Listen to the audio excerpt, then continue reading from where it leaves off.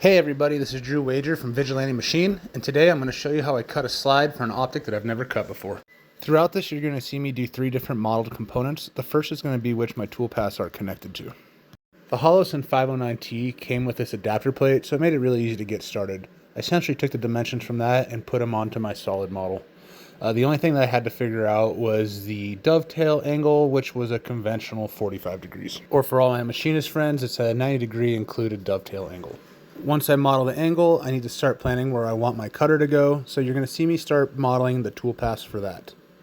So on the right side, the fixed dovetail runs all the way down the length of the optic, and on the left side, we just have it where the moving jaw is located. With the moving jaw, I like to make sure that the contour goes about a 1/16 of an inch beyond where the moving jaw is actually at, and this is to accommodate for any manufacturing differences there might be between this optic or any of the others in the future. And for how I chose that radius on the end of my contours, that's just because my cutter is a 3/8 diameter. So I bumped out those radiuses to be 3.8 just to give myself a little extra room while I'm making my cut. Next, because every cutter is round, we need to give ourselves some corner relief just so that our optic can fit nice and snug against the wall. One thing I like to do is model my tool paths into the component itself. Fusion doesn't like when you link a toolpath to a sketch. If you have to go back and make an adjustment later, it'll typically break it. So this is more of a workaround and won't be seen in the finished product. So now that I have a rough outline of the footprint, my next model I'm going to make is going to be the negative of that footprint. And this is so I can import it into different firearm models that I have later, just to make sure that it's going to fit.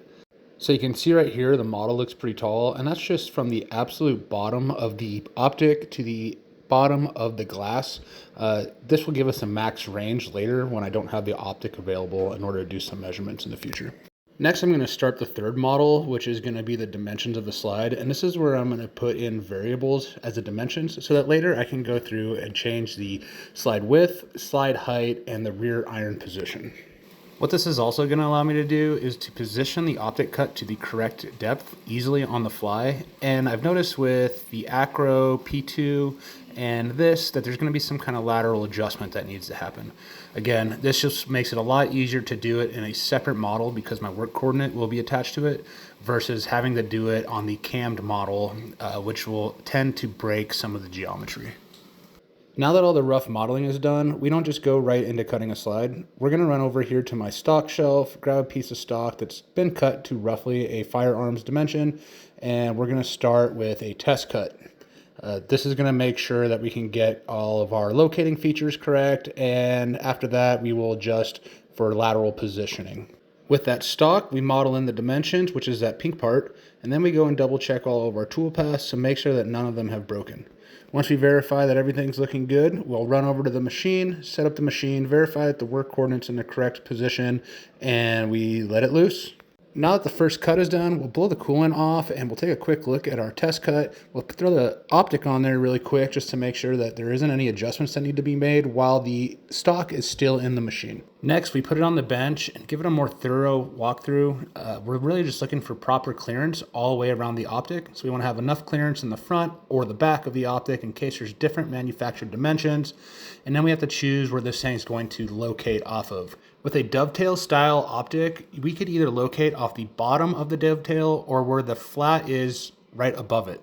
I choose to do the flat above it because there's more surface area for the optic to rest onto the firearm and there's not as much overhang. So going from one slide to the next, you know that you will have a good located fit. With that said, I'll do a close inspection to make sure there's approximately a 5 thou clearance right underneath the bottom of the dovetail. After a few more test cuts to get the clearances that I wanted, I moved on to the next step, which is the lateral placement of the optic to the slide. To give you guys a visual representation of what I'm talking about, here you can see me moving this purple part up and down, and that is just to give you an idea of what I mean by lateral placement. What I found with this particular optic is that there's a 10 thou difference from the center of the slide to where the optic needed to move in order to be positioned correctly. After another test cut, I verified that the optic was in the correct position, and I did one more thorough run through to make sure that I liked everything that I was seeing. Now that everything looks good, we go back to the model and put in the dimensions of the slide. Once again, we will verify that all of our tool paths have stayed the same and have not broken, and then we'll run it through the machine.